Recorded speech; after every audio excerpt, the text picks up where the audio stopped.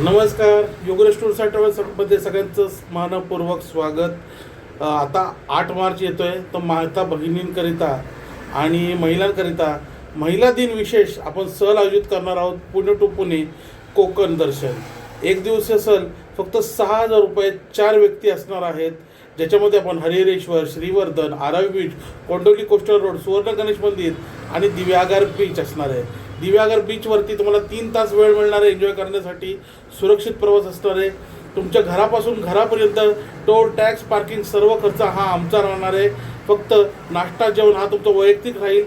तर महिलांनी, माता भगिनींनी आता संधीचा लाभ घ्यावा आणि आजच कॉल करा 7620880080 या क्रमांकावर आणि आपली एक दिवसीय कोकण सहल बुक करावी.